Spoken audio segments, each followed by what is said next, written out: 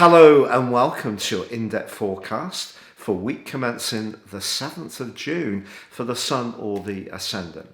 If you're new to my channel, I'd be honoured if you subscribed now. Please click or tap the bell notification symbol, and then every time I drop a video, you'll get an alert. Also, if you'd like to ascend above Zodiac sign astrology and investigate what makes you tick at a much deeper level, then please check out my combination of a forecast for 12 months and also your character analysis, which is 30% off when you buy them together. Please see the link beneath this video. Hello Aquarius and welcome to your in-depth forecast for week commencing the 7th of June. This week's new moon occurs in your sister air sign of Gemini.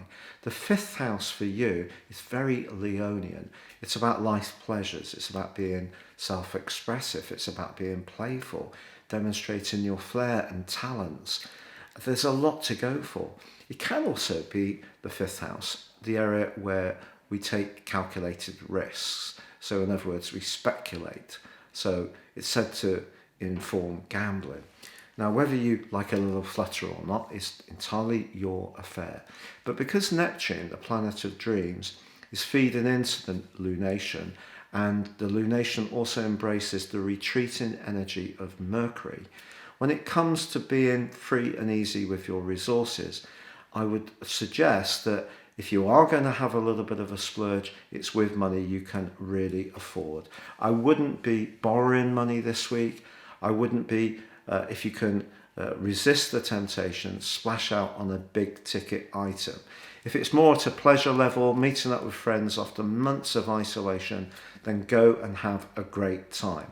I think with Neptune in the mix, it might be quite hard to resist really enjoying every single minute. And why not? But there does continue to be that very psychological but powerful opposition between Mars and Pluto. And if something in your situation isn't evolving at quite the pace you would like, this could be proven to be mightily frustrating.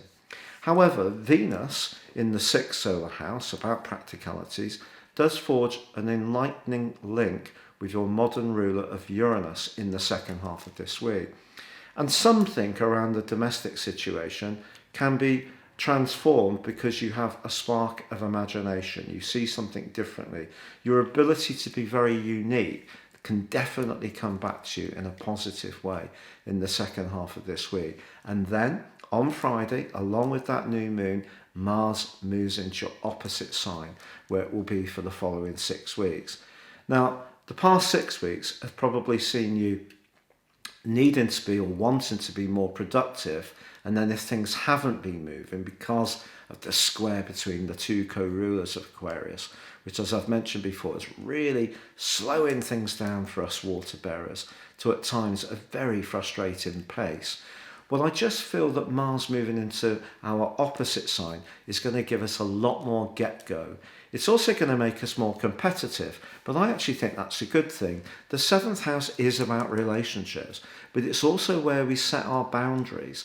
And if we need to push back and let people know, no, that's not acceptable, but yes, I really like you, Mars is going to give us a lot more self-confidence in this regard. And if you're someone who enjoys any kind of competitive sport, whether it's chess, badminton, squash, tennis, anything where you come up against a direct opponent, you're going to be absolutely on fire in this following phase. But also, it can just give you much greater sense of awareness of your potency in terms of a sexual being. Sorry to be a little bit of frank, but it's quite nice to think that you're going to be emanating a very desirable vibe. So enjoy all the attention over these next 6 weeks.